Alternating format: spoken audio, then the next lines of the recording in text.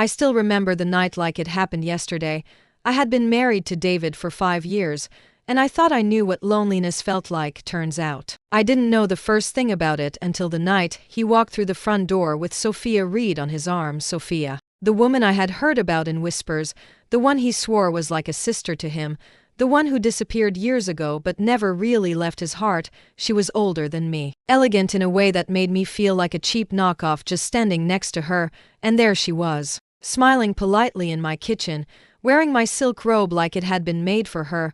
David didn't even look ashamed, he looked relieved, like he'd finally stopped pretending. Emily, he said in that calm, businesslike tone of his, this is Sophia, she'll be staying with us for a while. A while, that was his way of saying forever.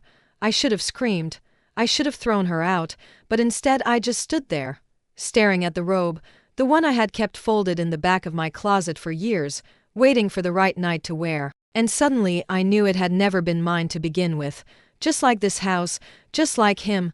Later that night, he made dinner, candlelight, wine, the whole show. He had never done that for me in all our years together, not once. I thought for a moment he was trying to make things right. But no, when he finally sat across from me, he looked straight into my eyes and said, almost nervously, Sophia finally agreed to be with me, Emily. We should get divorced. The way he said it, like he was asking for a promotion at work, not tearing apart our marriage it burned. But I smiled. I actually smiled, because I'd been waiting for this moment too. Fine, I told him, my hand resting over my stomach where the life inside me had already started growing. Let's do it. His eyes widened, shocked that I didn't fight back. He thought I would beg. He had no idea that I had already been packing my heart away for years.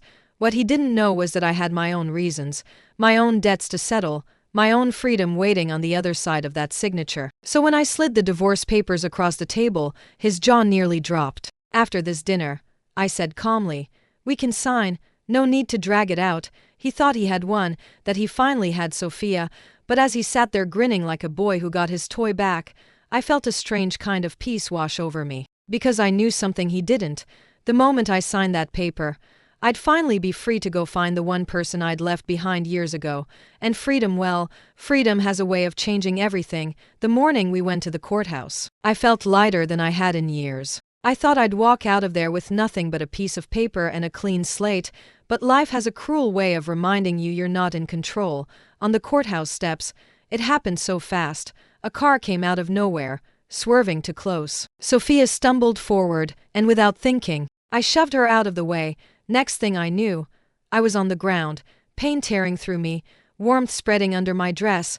David's face was the first thing I saw when I opened my eyes, pale and panicked. Emily, stay with me. His voice cracked in a way I had never heard before. Funny how it took me bleeding out on the concrete for him to sound like he cared. At the hospital, I lost the baby. He sat by my bed, guilt written all over his face. For the first time in 5 years, he held my hand, and then, like a cruel joke, he whispered, we can't divorce now. Not after this. It wouldn't be right. I laughed. I actually laughed, even with the tears burning my eyes. David, you don't get to decide that anymore. But he was stubborn. He called it duty, said he couldn't leave me after what happened. What he really meant was that I had ruined his perfect love story with Sophia by not dying on that street. The days that followed were worse than the marriage itself. Sophia moved around my house like she owned it, soft-spoken and sweet in front of him, but cold as ice when we were alone. She'd lean in close and whisper things like, he was never yours, you know that, right? Sometimes I wondered if she hated me more because I was younger, or because I had carried the child she never could. And David, God, David, he turned cruel in ways I didn't know he had in him. If I flinched, he pushed harder. If I tried to fight, he smiled. He wanted me broken, because a broken woman doesn't leave. I stopped sleeping, stopped eating. I felt myself shrinking into nothing, and no one noticed, no one cared. But then, there was a night I couldn't take it anymore. I left my room, limping down the hall, thinking maybe I'd just walk out the front door and never look back, and that's when I heard Sophia's voice, low and sharp, dripping with something ugly. Every time I look at her, she hissed, I see her in our bed. Do you know how that feels? You promised me, David. You promised it would be me. I froze in the hallway, listening. My chest tightened, and for the first time, I realized their perfect love wasn't so perfect after all. It should have comforted me, but it didn't. I just felt tired, so damn tired, that night. Lying in bed, I thought about the one person who had ever made me feel like I mattered. Michael Harris, my Michael, the boy I once begged to run away with me, the boy I left behind because my family shoved me into this marriage. I hadn't seen him in years. For all I knew, he had moved on, maybe even forgotten me, but as the darkness closed in around me, his face was the only light I could still see, and I promised myself if I ever got out of this house alive, I'd find him. It happened on a night I'll never forget. David had been drinking again, slamming doors, shouting at the staff, blaming me for everything that had gone wrong in his perfect little world. Sophia was nowhere to be found. Maybe she was tired of the performance. Maybe she had finally realized she'd won a man who was already crumbling. I tried to sneak out. I thought if I could just get past the gates, I'd figure out the rest later, but one of David's hired men caught me by the arm, shoving me back inside like I was a prisoner trying to escape. That's exactly how I felt, a prisoner. And then out of nowhere someone else stepped in. Let her go, a voice said, low, steady, and sharp enough to cut through the air. I knew that voice. I hadn't heard it in years, but I knew. My heart stopped, and for a second I thought I was imagining it, like some cruel trick my brain was playing on me. The man holding me froze too, like he'd been hit. And then Michael Harris stepped into the light, older now, a little harder around the edges, but his eyes, God, those eyes were the same ones that once made me believe in things like forever. Emily, he whispered, like he didn't trust his own voice.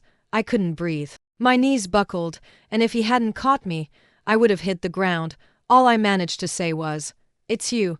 My voice broke halfway through. He pulled me close, steadying me like he had all the time in the world. "Yeah, it's me. And I'm not letting you fall this time for a moment." Everything else, the pain, the fear, the years we'd lost just fell away.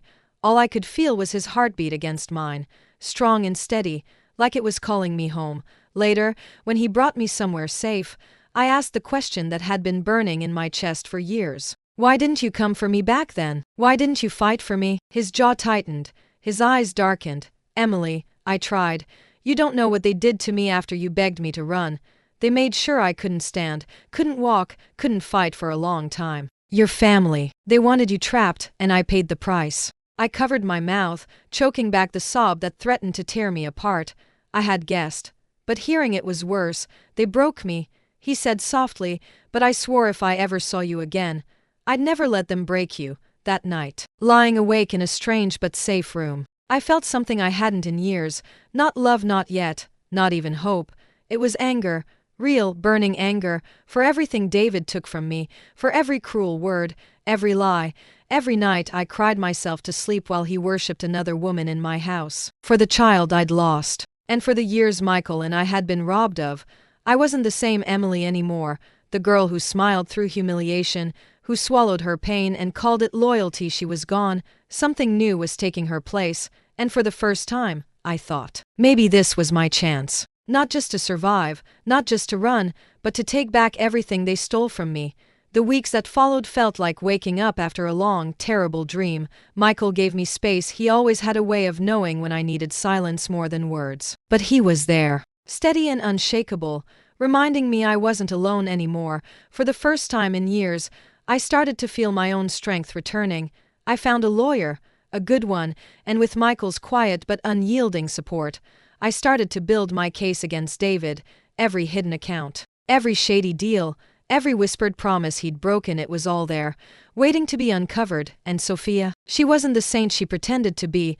The woman who walked around my home like she was untouchable had secrets of her own, and it didn't take much digging to find them. Fraud, affairs, lies stacked so high they were bound to topple. It wasn't fast, and it wasn't easy, but piece by piece, their empire started to crack. I'll never forget the day David showed up outside the office where I'd just signed the final paperwork, handing over evidence that stripped him of the company he thought he'd built on his own. He looked smaller than I'd ever seen him. "Hollow, Emily," he said, voice breaking. "You can't do this to me. I loved you." I stared at him for a long moment, searching for even a trace of the man I thought I'd married. There was nothing. Just a boy who never grew up, who used everyone around him to fill the emptiness inside.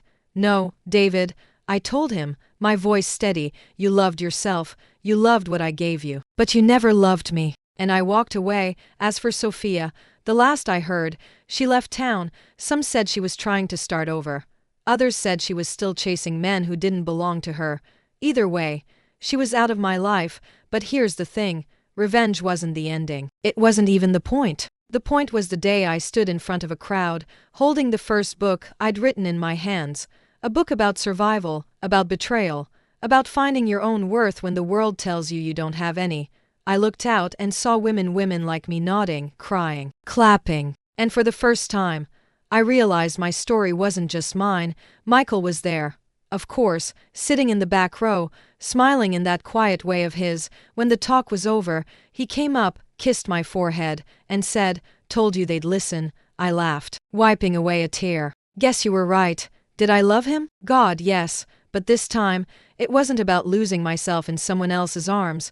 It was about choosing, about standing on my own 2 feet and deciding who deserved to stand beside me. And Michael, well, he didn't try to own me, or fix me, or cage me. He just walked beside me, step for step, like he always had. One evening, as the sun dipped low and the sky turned that soft golden pink, he took my hand. So he asked, where to now? I smiled. For once, I didn't feel trapped.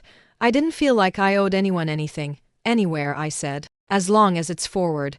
And that's exactly what we did.